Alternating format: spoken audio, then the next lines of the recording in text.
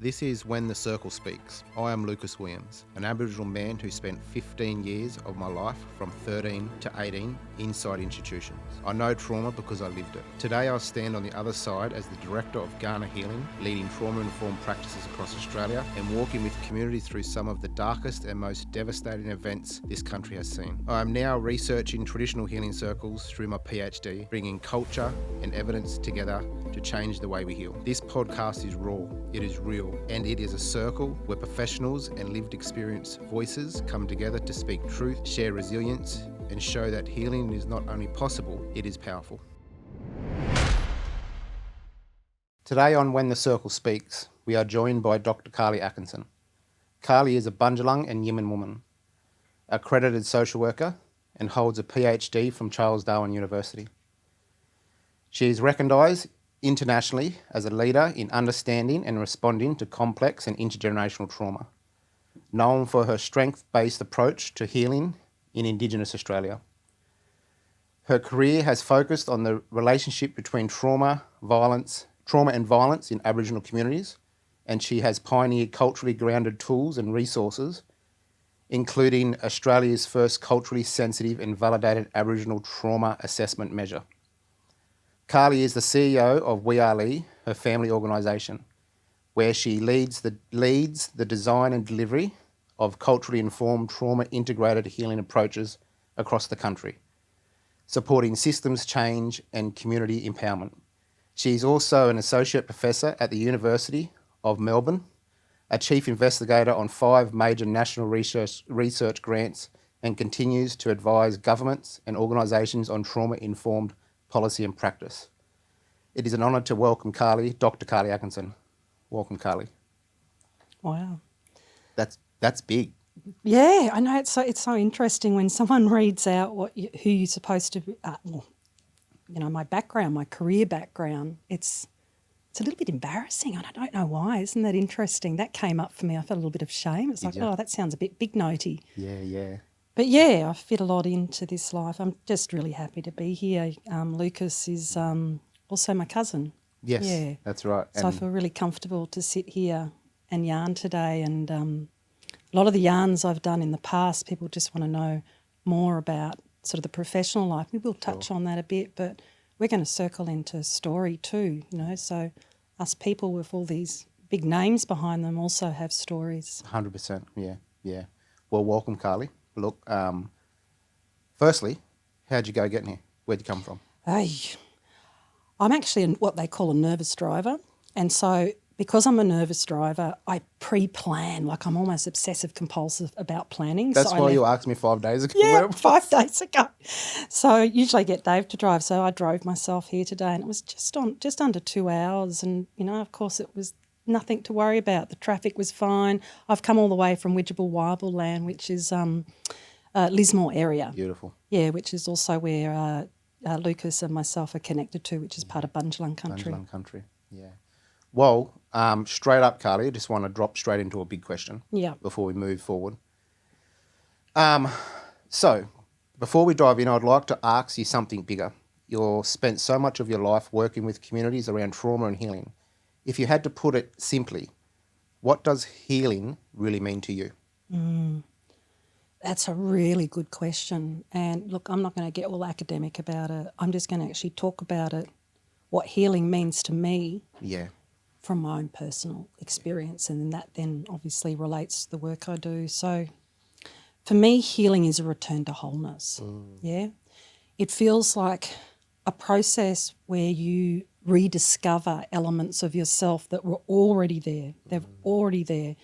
But you circle back into them. And a lot of those parts of yourself that people tell you are broken, there's this assumption that when we have trauma, we're broken, and we're actually not broken. Yeah. We've just forgotten all those parts of ourselves. So it's a return to that. And in that returning and that discovery of who we are, that's what healing looks like. There's a couple of things, obviously, that got to happen in that process. We've got to feel safe.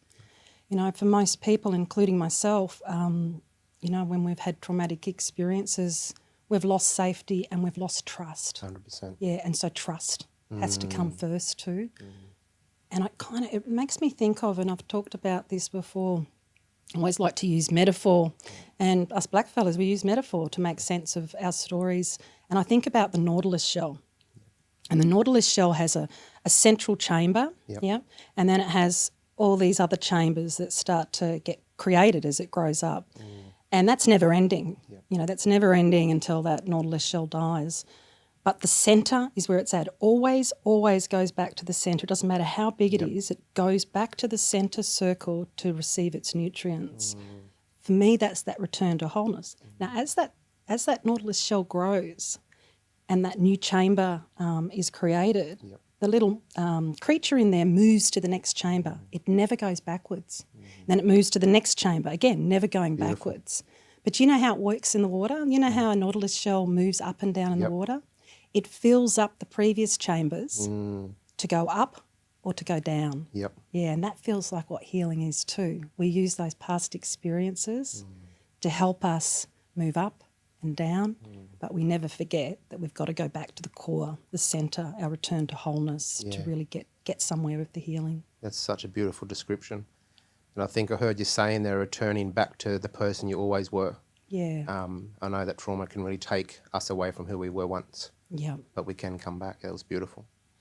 So before we dive in, I've described who you are, you know, and there's a lot of big words that you've earned, You've earned those components of who you are today as a professor and, but you have a story. Who are you? Where do you come from?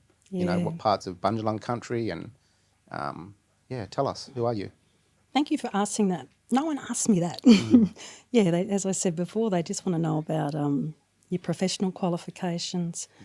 Who am I? I was actually born in Southport. Yep.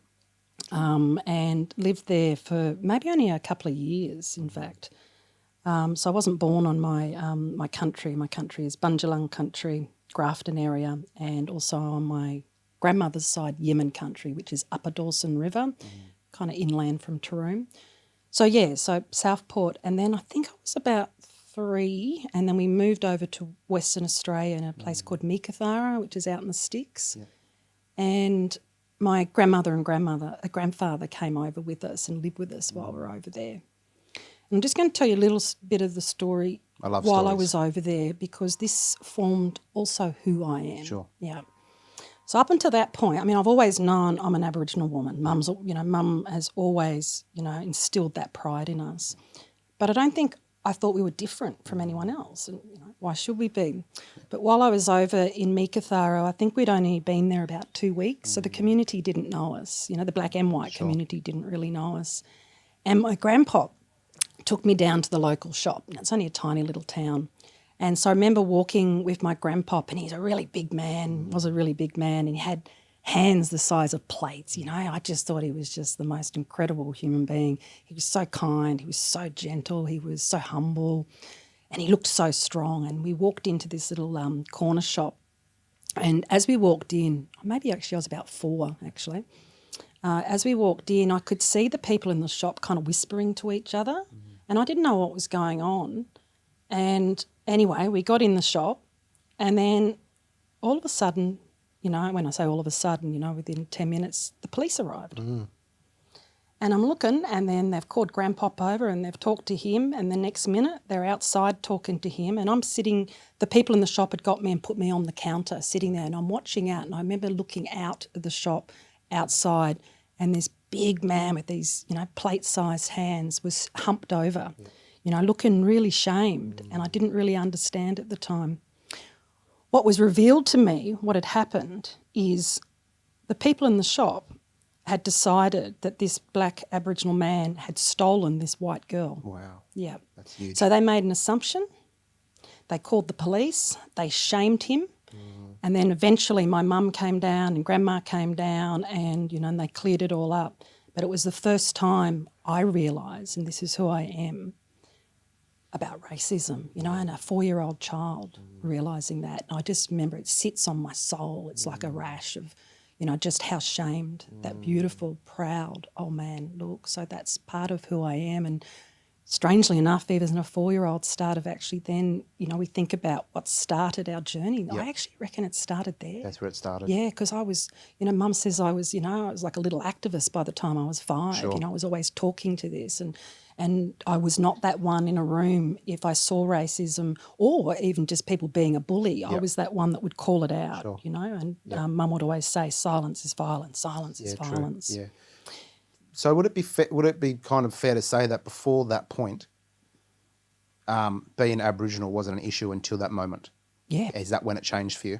It changed. Yeah. I knew I was Aboriginal, but I didn't realise it was an issue. That's right.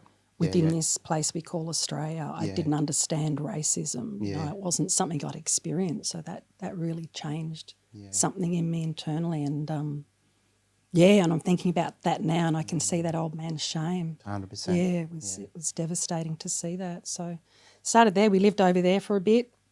A beautiful place. The community got to know us and, you know, we hung around local mob there and that's back in the days where I think it's probably a bit different these days, you know, us as kids, you know, 4-year-old, my brother would have been maybe 6 and we'd just walk out bush, you know, and, you know, only young kids. Imagine doing that to your kids these days. 100%. Yeah, no, the parents would be worrying. And then we took off over to PNG. Yep. Dad was an air traffic controller and we lived there for all of my primary school years. And again over there, you know, I had this concept of racism and at that stage it was based on skin colour. And so a lot of the local mob in PNG, you know, are dark people and I just had a sensitivity there. So I just hung around local mob there too. You know, all of our family did.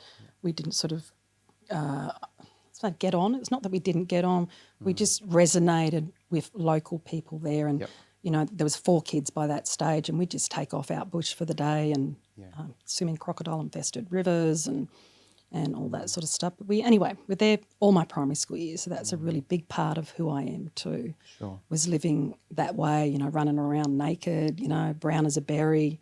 You know, we were free-range kids. I think they call it rewilding kids these days. That's how we grew up. Yeah, but I think it's the best way to be, hey? It was a really beautiful life. Mum and Dad had some ideas about bringing up kids, and so one of the things is we didn't really get toys. They'd buy us books and art and craft stuff, but we didn't have toys. They didn't see the sense in that, which meant we were outside a lot or reading. So, you know, we were big readers, although, you know, as I found out later, I had dyslexia, so I'd just look at the pictures back then. Yeah, cool. I want to talk about that later, actually. Yeah, we'll get into 100%. That later. That's a good one. I remember you sent me something about that yesterday and I really wanted to have a yarn about that. Yeah. So from the perspective of When the Circle Speaks, this podcast, it's all about when we're feeling safe enough to drop in to start to yarn. And so what I want to do is maybe journey through some of your childhood from the age of 4 moving forward. And I think it's a good opportunity now, you know, given that you talked about your grandfather and that experience, to drop in there, if that's okay with you. Yeah. And I'd love the journey, you know, what was life like moving forward from there? What did it look like? So what was life like after the 2 periods I'm talking about? Because there's some stuff in there that also really shaped me as well. Sure, yeah, definitely. We'll jump back to Meekatharra because there's actually a really important story there that also was significant in shaping me. And so as I was growing up, Dad was really violent. You know, we grew up with violence, you know, pretty much on a daily basis.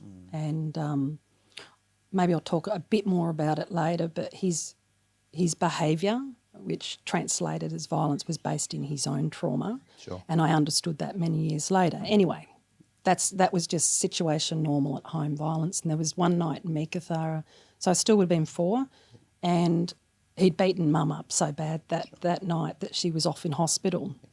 And I think this is also where I shut down, where I became numb, where I learnt that you just push trauma down. Sure. And this was 4, was it, around that age? 4, maybe 5, because we were just about to go to PNG. And so she'd gone to the hospital and we didn't know where she was. You know, the family didn't tell us, Dad didn't tell us, Grandpop and Granny didn't tell us where she was. We thought she was dead. Sure. So I remember thinking she was dead, and I was standing out on the hot, because, you know, the cement used to get really hot on the driveway, and it was really hot. Yep. So I was just standing a little back in the shade, and I saw a taxi pull up or a car pull up with Mum, and Mum got out, and I just remember thinking, she's not dead, and being so excited that she was actually alive and home. And I started to walk towards her, and then I just started crying, you know, this overwhelming feeling that my mum's still alive, And Mum looks at me and goes, "What are you crying for?" Sure. And I remember just freezing, and I go, "Oh, Mum, the cement's hot." You know, this little girl learnt to just shut down, not like, I wasn't able to say, Mum, I'm glad you're alive. Yeah, I had to come up with a reason to push my trauma down. 100%. Yeah, which is really sad that a little girl needed to do that. And so, between that, and there's obviously many other stories, and Grandpop, they're two really significant situations. Then in PNG, because I had shut down, I started to shut down. So when I was at school, all through primary school, I was that little girl over in the corner. Yep. I didn't talk much. Yep. Which is kind of ironic. I'm sitting here on a podcast and a lot of the work that I do is around talking. I didn't talk much at all. I was really shy. I remember I used to wear this really bizarre, and there's photos of me in this red jumper, like P&G. Jesus Christ, it's freaking hot over there. Yep. And here's Carly in all the school photos with this thick red jumper on. And I reckon I was just trying to protect myself. 100%. Yeah, but I was not a popular kid. I didn't really get the curriculum. Yep. I would get real shame because I didn't know how to read the books. I didn't, with anything maths-wise, it just felt like a different language in my head.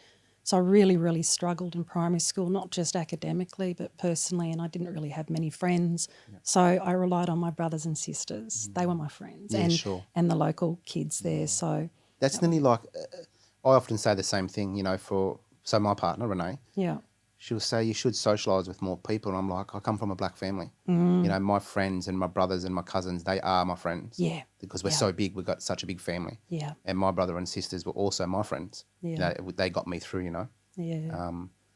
So, I know that story well. Yeah, yeah. It feels, strangely enough, it feels safe like that, but also there was unsafety in the family too. I think when you grow up and with violence, you do also become a little bit insular in your immediate family. And we actually did that even with our extended family. It was just that smaller part of the family, kind of like if something happened, I'd be that kid that go and close the curtains. Yeah. Yeah, because there was shame. Yeah. We'd keep it all hidden behind closed doors. Yeah. So PNG, there's good memories, but the violence was still happening, and it was when Dad used to drink. Sure. Yeah. The alcohol and the violence just seemed to go hand in hand. So I hated the smell of it's Bacardi, I think. Like even now, I cannot stand the smell of Bacardi because he'd make me go and get, so go and get me a drink, and I'd have to put so many caps. Yep. You'd fill the Bacardi into the cap and fill it up, and then as the night went on, he'd want more. Yep. And he'd just say, "Oh, just fill it halfway up," that type of stuff. But that was hard there, and there was kind of variety of different abuses that happened at that stage of my life, and I won't go into that now. But that all happened in Papua New Guinea, and then Dad got really, really sick. He got glandular fever and malaria at the same time. Okay. So he got really, really crook, and so they shipped my sister and I back to Australia. It was just about in grade 6. They don't tell the kids what's going on. We didn't know what was going on with Dad. The 2 boys were left behind, and we lived with my grandparents for a bit and kind of jumped from school to school. Again, just not very academic at all. None of my family were academic. That came much later in life, actually. Okay. As you know, I work across Australia working with a lot of men. Yeah. And one of the things that I always see is I think to myself, why do men use violence? And as you're sharing your story, I think to myself as, that 4-year-old girl, I wonder what your father was going through or what he had been through. Yeah. Can we journey on that? Do you want to talk more about that? And it's a really important conversation I think we've got to start having because, no child, whether it's male, female, in between, are born violent. Yeah, there's always a story. I didn't get it when I was a little girl. I just saw this scary man. But as I got older, and then he started to share his story, and we had a bit more of a sense of where he came from. My dad was an Englishman, and he came from a fairly well-off family in England. And as was normal in England, they'd, if they were well-to-do, I don't know if they're well-to-do, say that with a posh accent, they'd send their kids off at 5 years of age. This was all very normal to boarding school. Was it? Yeah. Which is bizarre. I can imagine sending my kids off at 5. And this school always makes me laugh. The name of the school, I'm going to name it. Yep. It was called Giggleswick. It sounds like a made-up name. Giggleswick. Giggleswick. Yeah. And so 5-year-old kid goes off to this posh school that they're paying lots of money for, and the priest there started to abuse him, sexually abuse him from the age of 5. Okay. And he went back to his parents and told them, he said, you know, Mum and Dad, this stuff's going on, I'm hurting. The response he got was basically, oh, Michael, we're paying a lot of money for you to go to that school, i.e. suck it up. Yep. And he continued going to that school and he was abused all the way through. And that was 5? From 5 onwards. 5. And then when he turned 18, he escaped. He flew out to Australia. Yep. That's why he came out to Australia. His grandmother, my great-grandmother, paid a 2-way ticket. He never went home. And so he was carrying all that pain. Like I said, you know, he was born innocent. Yep. And so he then used alcohol, particularly alcohol and other drugs, the legal ones, which can be just as bad as the illegal ones, so benzos and all that, to numb his pain, you know, numb his pain. No one had taught him what to do with all that pain. And I started to see that, I think I was around 16, and he started to tell little bits of the story. And even though, you know, I had no education and trauma, I was starting to piece it together. And then much later, you know, when Mum went back to school, she left school I think in grade 8. Did she she? eventually went back to university when she was much older. Yep. And cut forward, she started to develop WLE. I'm just going to put a little bit in there, we can talk about it later. But in the process of her exploring where violence comes from and how to heal, my dad would be the cook in the kitchen. So he'd cook for all these people coming in and doing these first workshops that Mum was doing. And talking about violence. Talking about violence, talking about trauma. So Dad might not have been in them, but he was listening. Yep. And he was also listening to the people that were in. They'd come and talk to Dad going, oh, that bloody Judy, gee, she's hard. And Dad go, oh, yeah, I know, she's pretty hard. And people might be thinking, you know, as they listen, wonder what all that means. Later on, we're going to talk about who your mum is. And it's going to make a lot of sense. Yeah, absolutely. And so during that, he started to heal. And then he started to circle into his own story. And I have so much pride in him because he'd been hurt so bad. He didn't have the tools. He found some tools kind of separate because he wasn't in the workshops, but by, you know, osmosis, I suppose you'd call it. And he went on a massive, massive healing journey. And one of the things he did, he went and bought a boat. And he went for 15 years. He sailed around different parts of Australia. You know, I'd meet him somewhere, Mum had met him somewhere. But he almost put himself away on this boat to heal. And he just kept talking about it, unpacking it, saying sorry, digging deeper, understanding where the trauma came from, that he actually wasn't a bad man. He wasn't a bad man. The behaviours were bad, but he wasn't a bad man. And that in itself, because he never felt whole. Sure. You know, as I talked 100%. about before, he never felt whole. Well, a piece of him was taken away, wasn't it? Absolutely. You know, and that you know, what I did my PhD on, which we might talk about a bit later. Sure. Yeah. It's because of that, because there was a lot of stuff happening at the time. We were all focused on women and violence against women, and I saw through my own lived experience with my dad just how hurt he was, that there were not many services for him. People would make fun, hey, if a man starts talking about their pain or the violence on their bodies. There wasn't anything there for him. So the pride in seeing him circle into that, and it made me realise healing is absolutely possible. Just because you've been violent, just because you've been traumatised and some of those behaviours might not be so good, that, you know, you can heal. So it really, really solidified my interest in looking at our men, our men. And, you know, I also looked at our women, but our men particularly. 100%. Yeah. And I think it's fair to say that your father's demonstrated to you that it is possible.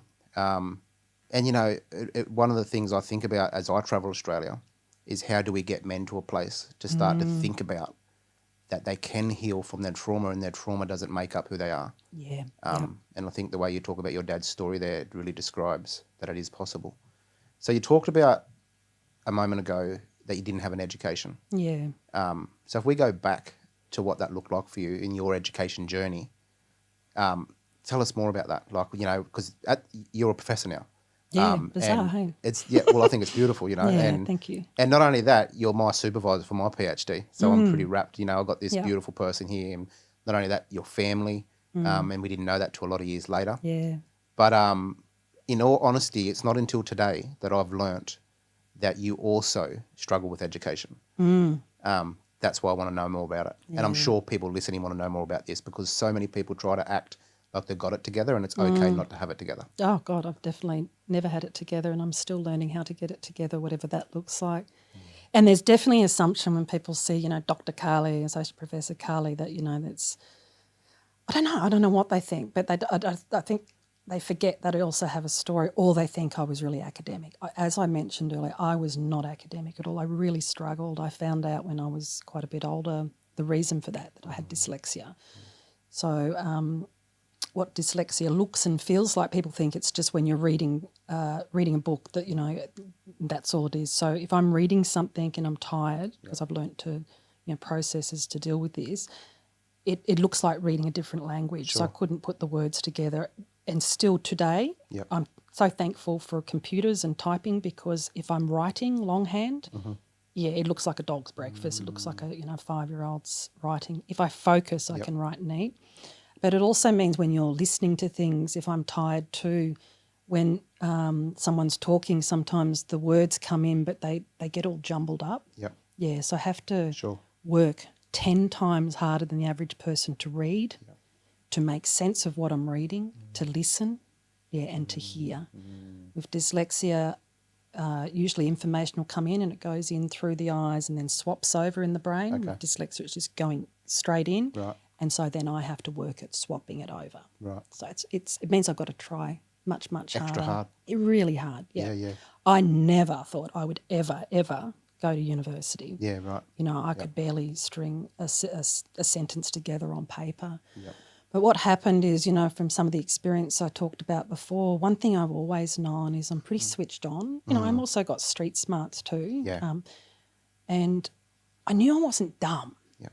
I just didn't understand this part. So it was a bit of a light bulb moment when they said, oh, you've got dyslexia. And think, well, Jesus, that's why, fuck. You know, someone could have told me earlier, you know, I wouldn't have, you know, felt so isolated. And then cut forward many years later, I think, I'm not good at remembering ages. That's part of the dyspraxia, which is part of dyslexia.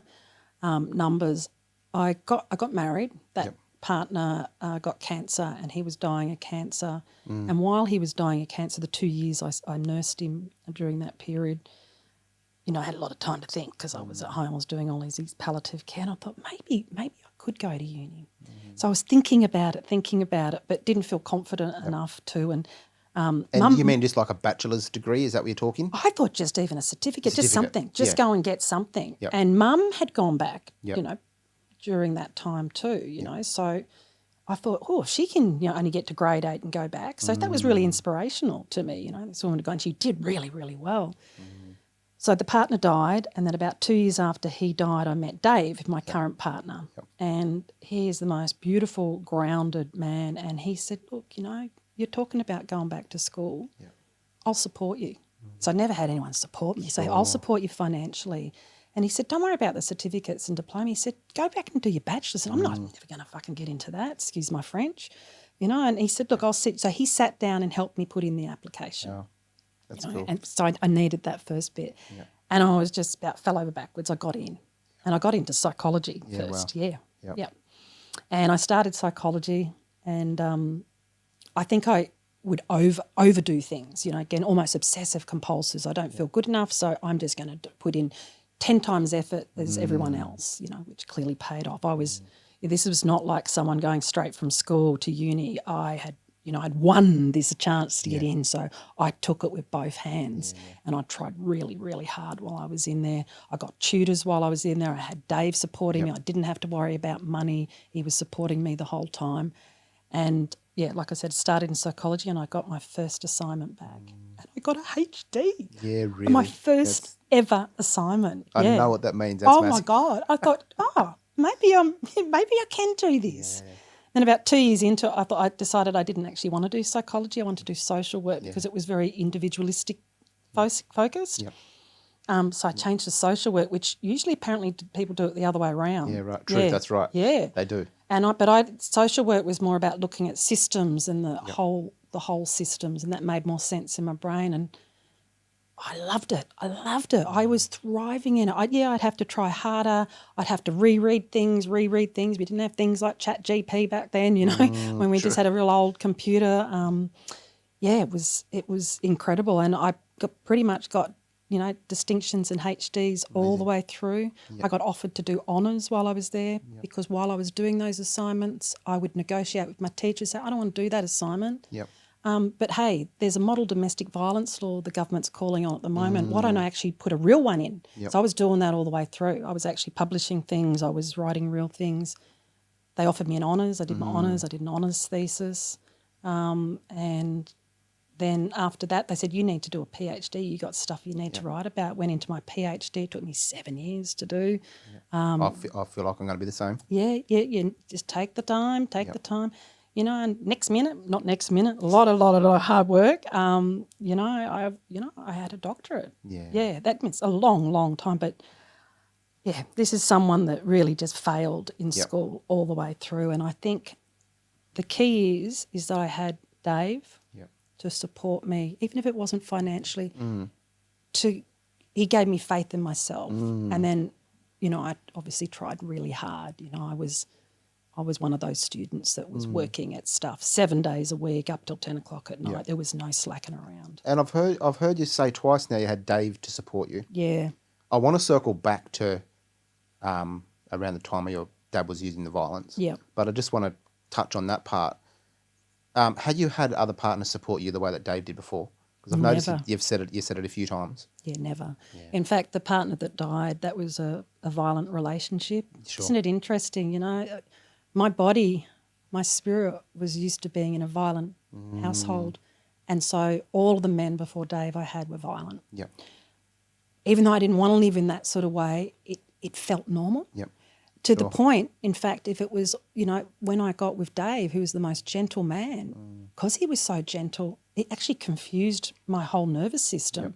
Yep. And sometimes I'd provoke him, like not literally poke him, but I'd kind of start arguments because it was like I was missing a certain nervous system functioning, which was trauma. It was too safe. It was too safe. It didn't make sense. So I would sabotage things. But yeah, all of the relationships before that were violent. Yeah. Okay. Yeah.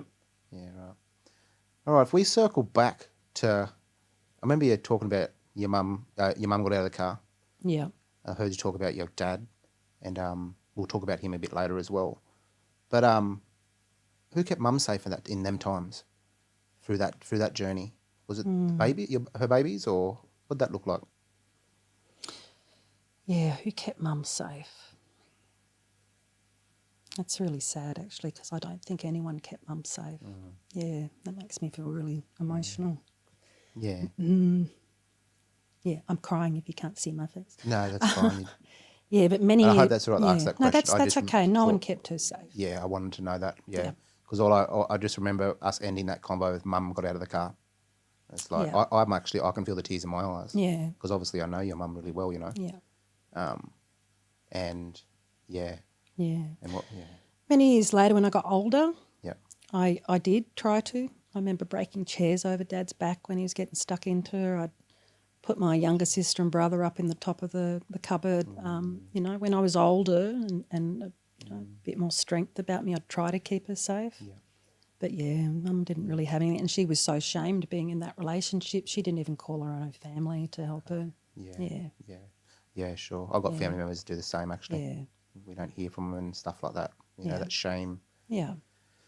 So you kept her safe to some degree, the way that you just described, putting your brothers and sisters up top and using the chair to protect her. Yeah. Big love to you for that. Thanks, cuz. All right, so what's life look like after that? We've talked about up until that point, of violence, your dad using violence towards your mum. You're one person that kept your mum safe. Then we moved to when you started studying some relationships, and then you met Dave. What's in the middle before we move on over to who you are today?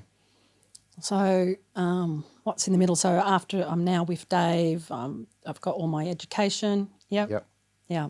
I'm finally living in a way that I think I always deserved, in a safe environment. Yeah, so I got over that point of trying to provoke him, by the way. and Yeah, realised sure, I actually sure. deserve to feel safe. Yeah, yeah. That I've got a question. I think this is a Basil Vanderclough quote. Yeah. Correct me if I'm Okay. wrong, because you would know this for Yeah, sure. So the body keeps the score. yeah. And I always say also is that trauma gets frozen in time, and later on in life it will play out in ways that are unimaginable. Yes. And more times than not, it's on those that we love and those people Yeah. that are closest to us. And then I just heard you say you stop provoking. Is that one of them things, the trauma's held inside and, in your healthy relationships that's so safe? I've done this.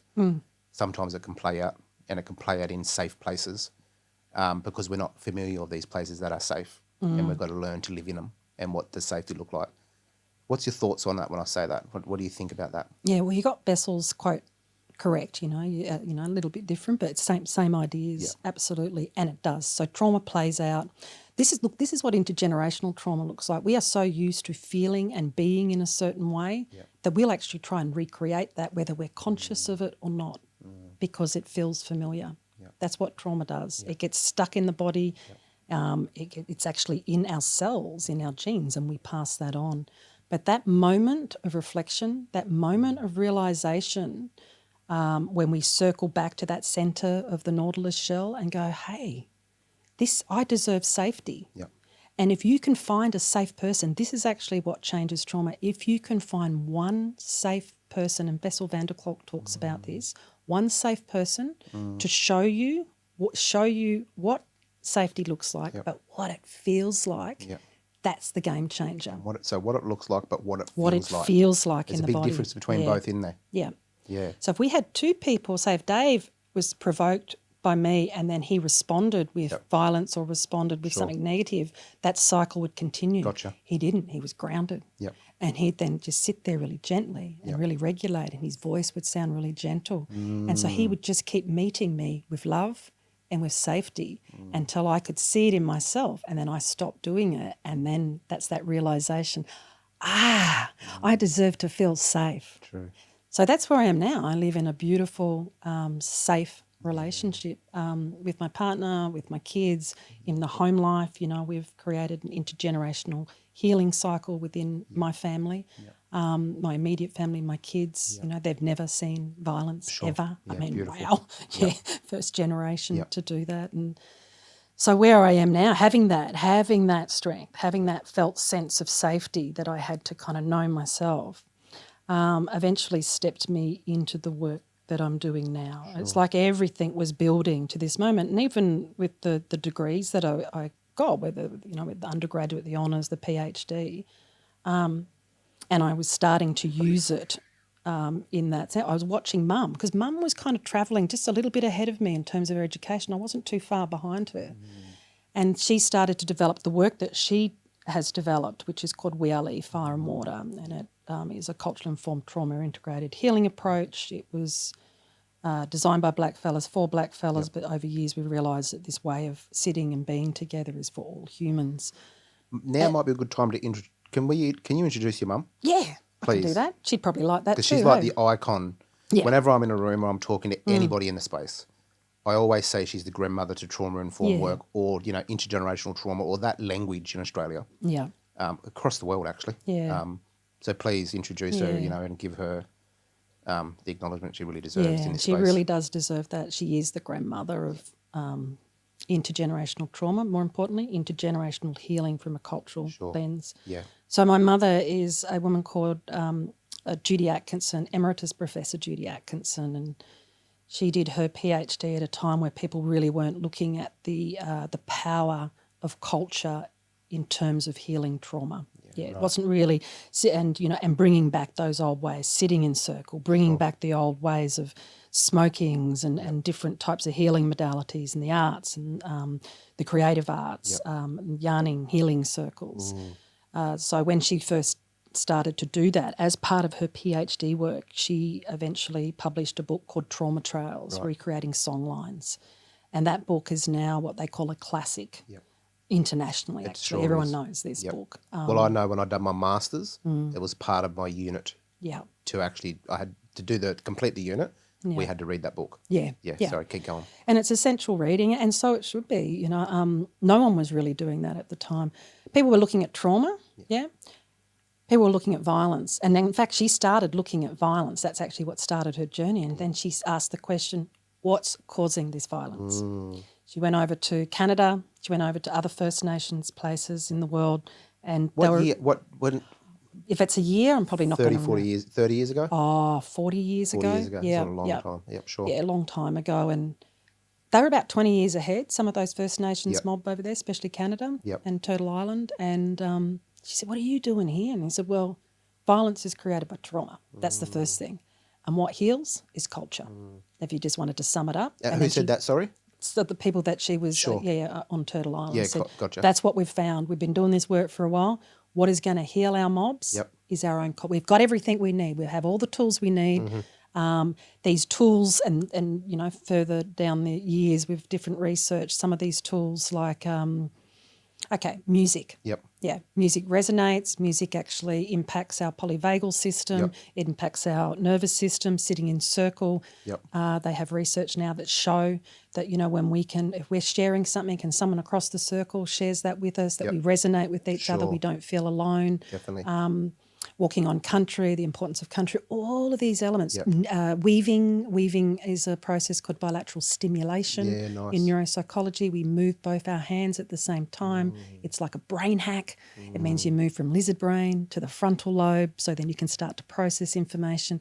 But the point is, all these cultural things are healing tools.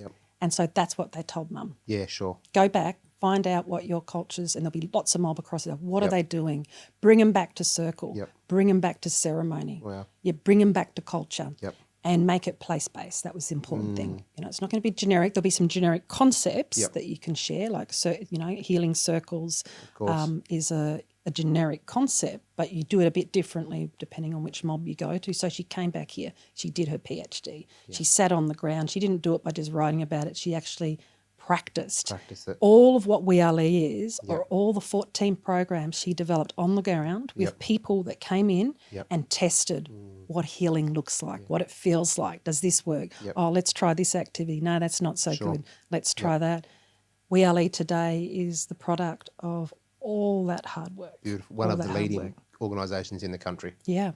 And my work over the 20 years is integrated into that. This is actually really important, but I tried to avoid her work at first. Did you? You know, like that kind of cocky teenager, I've just got my degrees and I'm like... Firstly, what was your mum's PhD specifically on? Yeah. I'm not sure if we've touched on that, have we? A little bit. So her book, Trauma, it was about trauma, the relationship between trauma and violence. Okay. From a generational perspective. Gotcha. Yeah. That was what her PhD was about. And how do we heal? How beautiful. do we heal? Okay. How do we do it? What are the practical steps? Gotcha. Yeah, like that's when she discovered the concept through Auntie Miriam of Dardidi, that we need to sit alongside, we need to witness, we need to go in to go out. And also we've got to do our own work ourselves. That was a big one. That's a good one. I want to ask that question now. I don't want to forget about it. Okay, do it now. As you know, I travel the country, you know, like We Are Lee does, and I work with organisations. And I quite often come up against individual people, beautiful people, that quite often go, how do you do what you're doing there? Like, you know, and when they step into that space, they're usually, a lot of the times it's psychologists actually. And, you know, I've got a lot of beautiful friends that are psychologists, so big power to them, they do beautiful work. Yeah, of course. But I do notice that sometimes in the circles it's psychologists or some beautiful social workers that fall apart in them moments. And I always come back to your mum's quote about we need to make sure we do the work. Yeah, burn your own wood.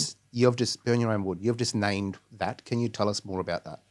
Because that's really important for professionals to understand this, what this means. So as I just said, as you're talking about, Mum calls it burning your own wood. Sure. And I think, you know, I don't know if she coined that term. I'm not going to say she has or not. I can't remember. Sometimes it all gets a bit mixed up. But yeah, and what that means is unless you do the healing work on yourself, what you're going to do is, one, you're going to be triggered within those circles if you're trying to do that work out there yourself. Right. You're going to be triggered by others people's stories. And you're actually going to, so you have your personal triggering, but you're also going to trigger those people. So if we really want to authentically walk alongside people, and it's not like you're healed, like it's a lifelong journey of burning wood. I'm sure I've still got a few twigs in there that I need to burn. So that was actually one of the major premises of the work is you have to do the work on yourself. Yep. And so I know in psychotherapy, I think it is, that's something that they're really big on. They expect people to do their own work, and they also, and Mum adheres to this too, whatever practices you're using, you have had to experience them yourself. Yeah, sure. So you should never practice anything on anyone else. You should never do an activity unless you've felt it yourself. You don't feel it, you can't see it, therefore you can't understand it, she would say. Powerful. Yeah. Powerful. So does that make sense? It does make sense. So there's one other bit. Go for it. And I know you agree with this. Yep. She also said this is a Western concept, that the Western concept is the personal is over here and the professional's over here. Yeah. She said that is just ridiculous. Yep. And to think those two things are separate is just unreasonable. And she said we have to join those together, and people realise even workspace, the personal and professional are interlinked. We actually might get somewhere. Yeah, I do remember that really clearly. And I'll share a little funny story with you. I was just not long ago in Arnhem Land. Yeah. And I was doing a big workshop with like 30 people. And I talked about that concept. Yeah. But I had it in a funny way. I said, quite often we try to get told that we're going to separate the personal and professional. And I went on and I had a bit of a yarn about, how do we separate that? Is my professional self living in Tweed Heads and I'm actually in Darwin at the moment? Like, that's impossible. Yeah. It's together. Yeah, and we can't, course. it lives together, and we've got to learn to move within that. So that also brings me to a quote that you made, and it's going to bring you into your concept of PhD and how you followed. Well, I think we ended a little while ago about you saying you didn't follow your mum. You kind of went a different way. But I do now, but I went. That's right. Yeah. That's right. But you use, and this is on the back end of this yarn here right now, you use this. I remember you done a keynote a long time ago. And you said one of the things in your PhD that you had to learn very quickly was you had to learn everything. You had to unlearn everything that you had learnt. Yeah. And you had to learn to share your own story to some degree to get people to share. Yeah. I feel like that nearly sits alongside that concept that your mum shares, is that the personal and professional, they're related. They're together, and, we need to move them together. So that was one of your quotes. I remember saying the unlearning. I called it the great unlearning, because although I, and I feel really proud, and you know what it's like to get that education when everyone tells you you'd never end up there, you know. I feel proud of the education I had, but I was really aware when I was actually on the ground working proper that some of the things that I learnt within a university setting were not appropriate for our mob. Sure. So one of them is kind of what we're talking about with personal professional. If we understand the personal and professional are interlinked, so from a social work perspective, you've got to have these professional boundaries. And I know boundaries, you do need them for various things, but you know as well as I do, when we're working with our mob, if we don't build a relationship, a trust, like a real one, they'll see you coming a mile off, 100%. if you're gammon. You actually have to share a bit of yourself. Yeah. You've got to share a bit of your story so you're authentic. Yeah. Because if you're just kind of talking from the professional way, you can never build a proper relationship with that person. So that was one of the things, a really big thing about my education I had to unlearn was to build authentic relationships. Yeah. And that meant sharing your story. Yeah. People want to know who you are. Yeah. They want to know that, that you just weren't given, whatever degrees or whatever it is, or wherever you are now doing, really well 100%. On a silver platter. They want to know, well, how did you get here? They want to know that, I struggled with drugs and alcohol. And it's for our way many in years. that. It's our way. It's mob way. Yeah. Who are you? Where you come from? Exactly. And you've got to be real about that. So, the great unlearning. I said that the first time in a social work conference, and I basically telling them that, I've had to unlearn all this professional degree that I had, and it didn't go down well. No. And I had to explain, individually to people, after the conference. I said, as an Aboriginal woman, that was crucial. But it doesn't mean I had to throw it all out. Yeah. Didn't throw the baby out with the bathwater. Is that the saying? Is that right? Yeah, that's right. I get my metaphors mixed up all the time. Yeah. All right, let's rip into, so your mum looked at the relationships between trauma and violence? Yep. Or the relationship between trauma and violence? For men, women and children. For men, women and children. Yeah.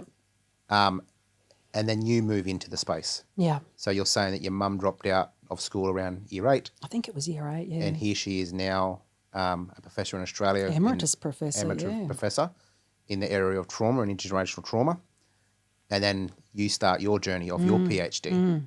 What was yours all about? What was yours on, actually? Yeah, so now I'm at the stage of a PhD. I'll just fill in that little bit that I said before. I was a bit cocky after I got my first, not my PhD, my undergraduate and honours, and I thought, I'm going to look at this information in a different way. I don't need to look at mum's stuff. Because at this stage, mum was starting to publish. Yep. Because I didn't want to kind of be attached to it. I wanted to do it on my own, you know. I wanted to untie the apron strings and I wanted to be authentic in my journey. Interestingly, though, and this is also what brought me to the PhD, wherever I looked, didn't matter what, you know, I was looking at all the different stuff written up. There was nothing that made any sense apart from mum's work. Really? Yeah. Yep. So I thought, oh, no, she's my mum, but I'm just going to have to go back to that because it makes sense. Yeah. And so that's exactly what I did. And so I was reading some of her work and she was talking at one stage in a paper about the lack of actions around the Royal Commission into black deaths in custody. Sure. Yep. Whole lot of recommendations, pretty much nothing had been done. Yeah, sure. Yeah. And what really stood out for me was our men. Yeah, okay. Yeah. And so they were filling up the prisons, mainly in there for violent crime, according to the statistics. There was a huge amount of suicides going on. So our men were really, really hurting. Yeah. And at the time, no one was so much interested in looking at our men. It was a really strong focus at that time. So that would have been 2000-ish. 2000-ish, okay. I was 17 or so. Yeah.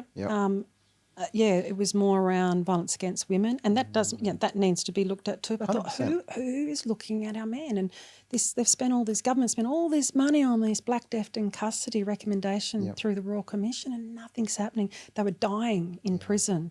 The suicide rate, as I said, it was just astronomical amongst our young men and our older men.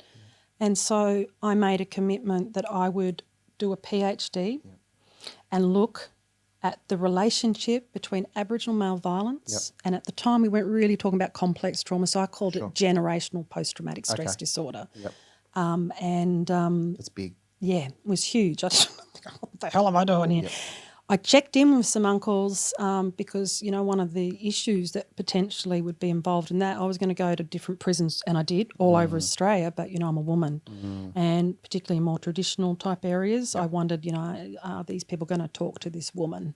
You know, there's different rules, as you know, around that. And, you know, unanimously said, get out there and do it. And there's people like Marcia Langton, which most people have heard of. Yeah. She just said, go, bub, get it done. No one's doing this. You know, I just had so much support. Mick Dodson, you know, you name it. Yeah, sure. All supporting me to do this. And so I put this proposal together, got accepted, got a scholarship, and not an Aboriginal scholarship at first. It was just an Australian postgrad scholarship. I just won it fair and square, because you know how some people go, oh, you're just getting black money. I wanted to see if I could get it without identifying. Got it, then identified, and they said, oh, now we'll swap it over. Yep. And started to put my research proposal together. You know what that's like. It's so freaking hard. It is. And in doing that, I realised, because I wanted to go and talk to the men one-on-one. I wanted to have a yarn with them like we're having here, but I also knew I wanted a piece of research, because it was nothing like this. It was both quantitative and qualitative. So I wanted also to collect some stats to show those people that think in that way, you know, those brains that like stats, that this is bloody real. Our men have 100%. Got, you know, are suffering from what we now call complex trauma, which I was calling generational post-traumatic stress disorder. So I was looking for a psychometric measure for that, and there was nothing. Wow. Nothing that was culturally relevant anyway. So I thought, oh, fuck, you know what, I'm going to have to bloody develop and measure. A psychometric measure. Little Carly that never did well in school is now going to develop Australia's first psychometric measure. So that's the first thing I did in that PhD. I developed it, I got it validated, I used the Australian... so you got that developed before you went out to do the work? Yeah, I had to get it. I needed a tool. If I was going to do this, I was going to do it well. Yeah, sure. Yep. So that's the first part of the PhD. Yep. And that would usually be a PhD in itself, apparently. I didn't realise that. Yeah, high achiever. Well, I thought that was the outcome of the PhD. No, that was the first I thought step. that was an element of the outcome. Yeah, it was the first step. So now I had a tool. I used yarning. I used genehistograms. We'd sit on the ground and we'd make maps of their 6 generations back and yarn about that. You know, there were light bulb moments for many of these men where they could see the intergenerational trauma, where they'd get texters and cross out down the bottom, and it's got, it's going to stop with me. Yeah, it took me 7 years to do, and essentially I was looking, I called it the violence continuum. Okay. And what I found is that all of the men that I talked about had the most horrendous trauma histories, you know, the sort of stuff that, actually the Little Children Sacred Report actually put some of the stories in there, and they were horrendous, you know. And it wasn't just one-off, it was just cumulative, compounded. And this was all Aboriginal and Torres Strait Islander All men, Aboriginal and Torres Strait Islander men. Yeah. But you know what? Every single man I spoke to in the prison, and this is why I did this PhD, they said no one is sitting down talking to us. First time. So they've got all these programs in prison, they're anger management programs. Yep. I'm saying, hey, these men are suffering. Yeah. They have trauma. Yeah. They need healing programs. That's right. And that's what my PhD showed, that these men were deeply traumatised and healing programs are the way through. Yeah. Wow. That's beautiful. As a man, as you know, doing a lot of jail myself. Yeah. I wish I had something like that at the time that I wanted the help, because I was put into those violence prevention programs. Yeah. Forced to go into them. And do fuck all, don't they? It did not work for me. Yeah. It didn't work. What I needed was a safe place Yeah. that really allowed me to tell my story in the way that your PhD has allowed men to tell their stories. Yeah. All right, so you do your PhD. Which I'm glad you're keeping on track. I'm talking in circles. No, it's amazing. As you know, my passion is working with all people. Yeah. But because of my violence, working with Aboriginal men to heal their trauma so their violence can stop. I believe, if we deal with our trauma and our deepest trauma, that violence will reduce the violence in families. Absolutely. It's just 100% fact. Okay, so you finish your PhD. Obviously, Mum's finished her PhD. Yep. And then where do you move? I know that you got WeArly, which is, we need to talk more about that. Yeah. Where do you go from there? What happens? Finished my PhD, then I moved to PNG again. Strange. Okay. Full circle. And worked as a public diplomacy manager at the Australian High Commission. That's kind of bizarre, isn't it? And so I still wasn't really doing lots of the work. But while I was over there, I was looking at the violence in some of the communities there, settlements they call them, and I'd go out and spend time in the settlements, and some of the people, I said, what do you need out here? And they said, everyone says we need, food, the usual stuff. And I said, what else do you need? And they said, we need help with the violence. So even though I was working there at the Australian High Commission, I thought this is what I want to do. Yep. So I helped get programs into those communities there, and I got Mum to come over, and we ran family violence, community recovery programs within the community. And that's kind of, after the PhD, the first time I was actually starting to now practice, sit in the communities, on the ground, in the dust, listen to the stories. In the dust, I like that. Yeah, in the dust, shoes off. In circle, drawing on their cultural elements and saying, there's so much strength here. And then after that, came back to Australia, started working at Southern Cross University. By this stage, all of Mum's programs, she had 14 different programs, had been embedded in Southern Cross University. Right. There was a Diploma of Community Recovery, a Bachelor's in Trauma and Healing, and a Master's degree. Okay. This is Southern Cross in Lismore, or Southern Cross in Lismore. There was another university earlier on, but she put them in there. So all her work's now gone into this university. Yep. All of her copywritten work, which is what WeArly is today. And I was only there about 2 years. It's actually really I'll use the word traumatic. It actually was traumatic. I felt, I finally made it. I'm working in a university. I was working in university, but I was actually still had my feet on the ground. So we were running workshops and that there. And then there was all these internal politics there, and then they wanted to change Mum's program. So Mum had retired. I'm coming in. Yep. I'm now supposed to be caretaking all her work. And what they wanted to do, so you know what it's like. You sit in circle, you wouldn't want more than 25 people when you're teaching people in that teaching learning space. Sure. So we would run the workshops. Mum's work and units were run the same way we'd hold a healing circle. Yep. The university's thinking, we're not making much money out of this, but if we filled a university lecture hall, we get maybe 300 people in there. You'd stand up there and just do a didactic meeting. You're just standing up there just doing a presentation. And we said, no way. Yep. That's not the pedagogy of how this work works. That's not the teaching learning style of how this work works. It's the way that we say is it's not proper way, eh? Not proper way at all. And so it was a really horrible time in there. I was just fighting. There was a lot of lateral violence, and finally I pulled out. They broke me. I just thought this is just a horrible experience. Sure. And so I came out of that, and I was sort of sitting there going, I've got all these degrees now. I don't fit in the university because I don't understand what they're doing there. I was really, really broken actually. you know, it kind of knocked the wind out of me. And it's actually when I met your mum, so I thought I just need to get back on my horse. So I just did a little bit of tutoring in there, yeah. And that's where I met your beautiful mum, built up a bit of confidence. And I said to mum, do you know what? We Ali started on the ground, or this work that's been in the university, it started on the ground by Aboriginal people, for Aboriginal people. We own copyright, don't we? And she goes, yeah. I said, let's go to the university and take it back off them.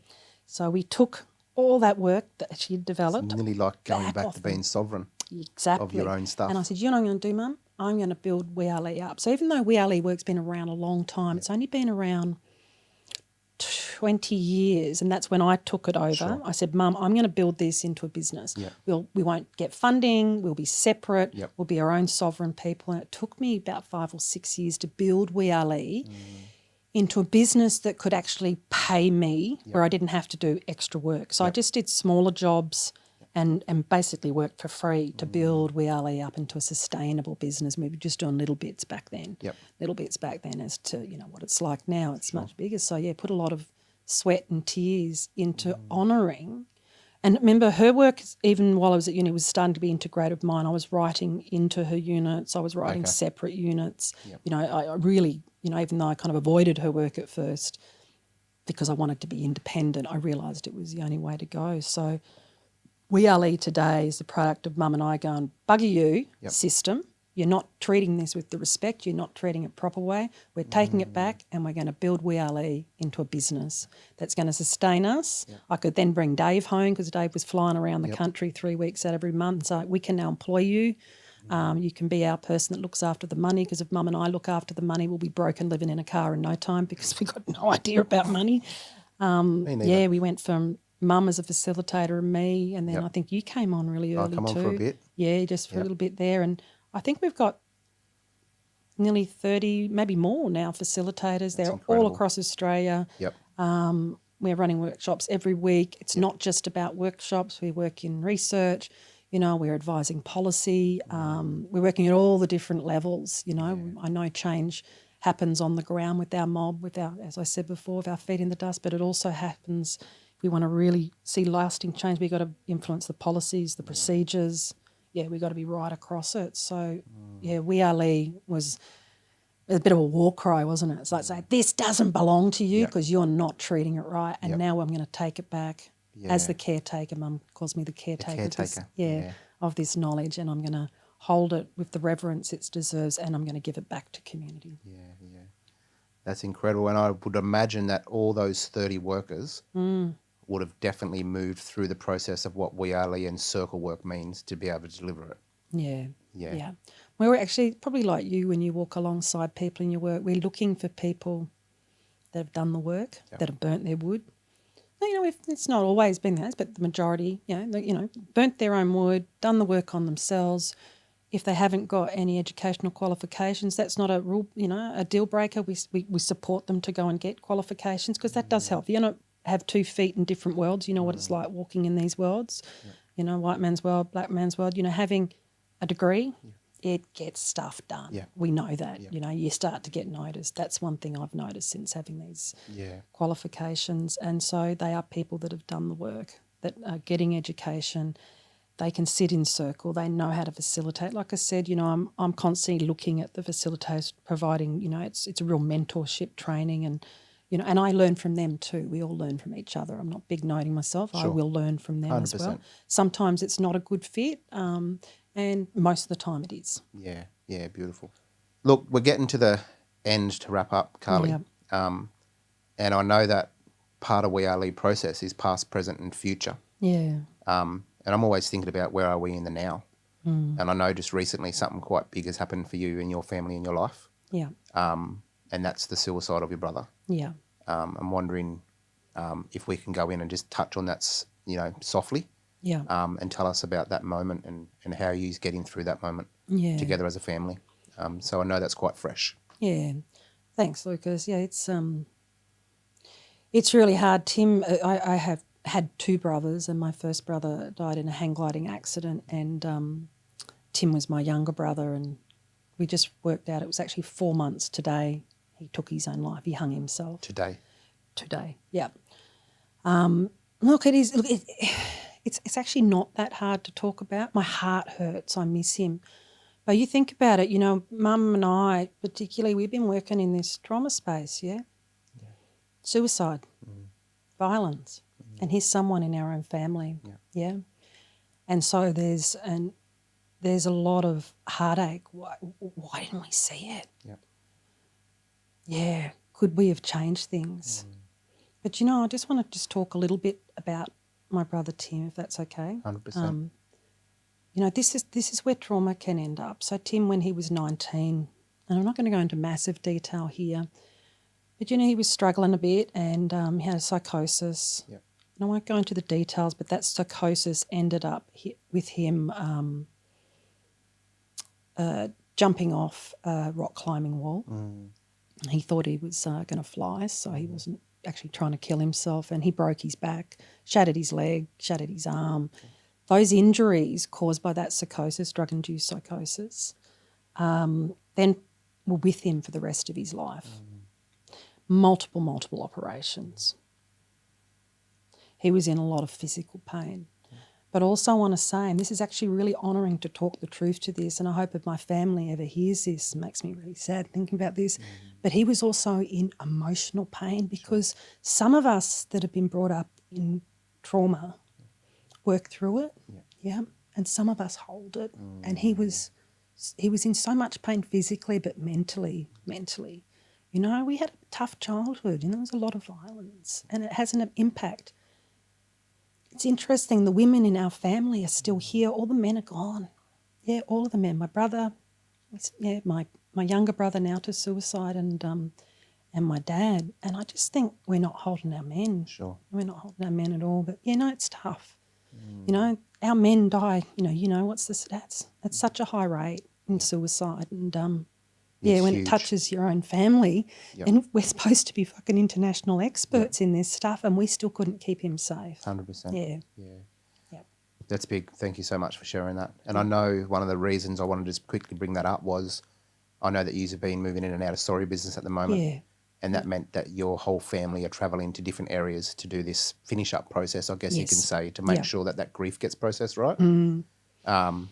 Just in a short version, could you talk to us about what that looks like? And that's for other families that might need to do this stuff. Yeah. Look, any sort of pain, whether it's grief, trauma, if you don't meet it, then it will stay in your body. We know that, Lucas, you and I know that. But after, when someone passes, trying to find the time, you're rushing around and you're organising funerals and you're back into work, and then I knew I wasn't processing it, it was impacting everything I do, and I wasn't walking my talk.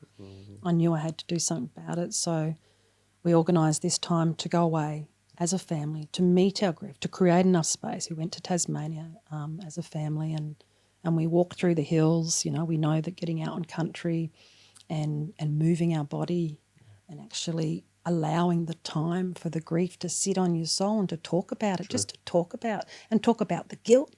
Because there's lots of guilt there, all the things that come along when someone has suicided. So we created that space, and, now there's a smile coming to my face because I knew that's what we needed to do. Yep.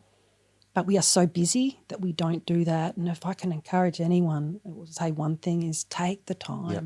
Take the time to make time, as Auntie Miriam said. Take the time to make time. Greet your grief. Yep. Do what you need to do. Grief. Wow.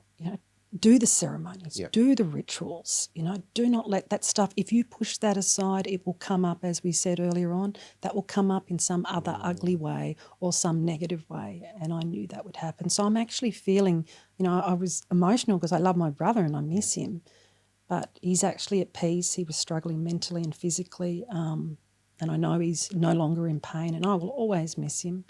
And I always look a bit closer now too. Yeah, sure. You think it's all okay in your family, just let them know that you're there. But bloody hell, if grief comes on you, take the time to do it, because, then another death will come along and then it becomes compounded and it impacts you. 100%. Well, Carly, thanks for coming on to the podcast When the Circle Speaks. Yeah. It's been a pleasure sitting and yarning with you. I feel like we needed another hour. Oh, I reckon we could go all day. I reckon we'll do another one down the track because I think we're just getting into some of the depth of trauma. Yeah. But it's been a pleasure having you on the podcast, and I hope that people take a lot from your wisdom that you've shared with us. So big love, and journey well. Oh, thank you so much, Cuz. This has been a really different process for me, and I've really enjoyed it and felt really safe with you. Cool. Yeah, Thank love you. you, Cuz. Big love to you. Yeah.